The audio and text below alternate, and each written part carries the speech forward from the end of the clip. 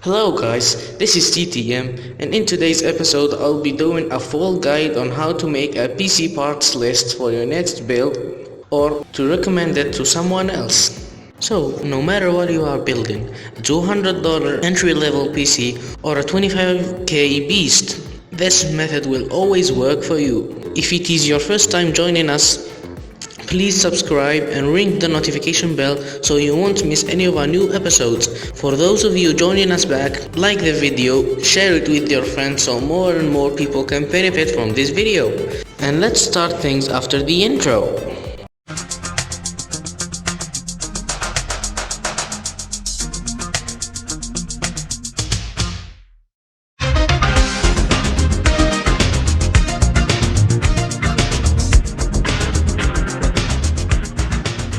First thing you need to know is the components that form the PC tower.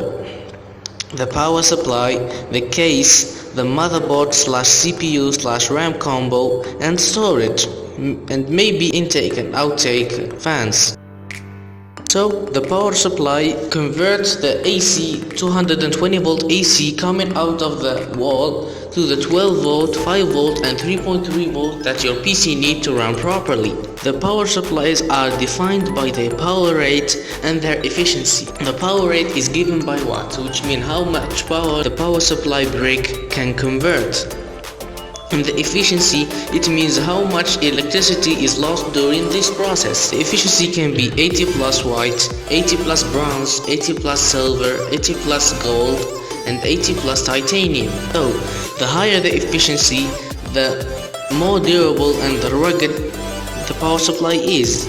Also, the more expensive you will find it. I always recommend to go for a brand name power supply and don't buy those cheap unbranded power supplies because they will blow up as soon as you start the PC. Please make sure to choose one of these brands that are showing on the screen right now. The case is just a housing to collect all the PC parts and protect them from dirt, water spilling and other factors that could destroy your PC. Also, it provides a nice airflow to cool your PC components. For the RAM, motherboard and CPU combo, it defines how much compute power you have in your system. For example, an i3 can handle a range of cards. If the card that you chose is more powerful than your processor, the processor will be holding back your GPU, which means you are not getting every bit of power that this GPU has. That is a bottleneck. For storage, it's easy. It's either a hard drive or an SATA SSD or an NVMe SSD, which differentiate by the capacity and the speed. Hard drives have big capacities and low prices, but they are pretty slow, and I don't recommend hard disk as a boot drive because it will ruin the experience that you will have in your PC. If you switch to an SSD, you will feel a big difference. Any PC can benefit from an SSD upgrade. That's the PC component, and now we will learn how to choose the right PC components for our build.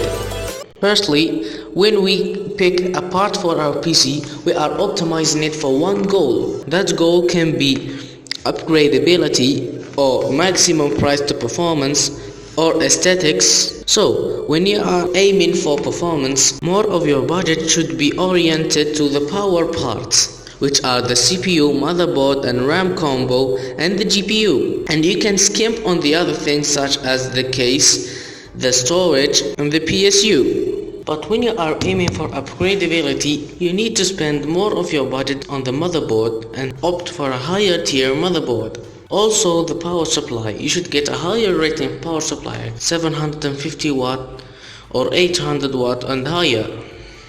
And when we aiming for aesthetics, you spend more on a beautiful case and RGB fans and a custom designed GPU and less on the motherboard and the other stuff. Let's give an example.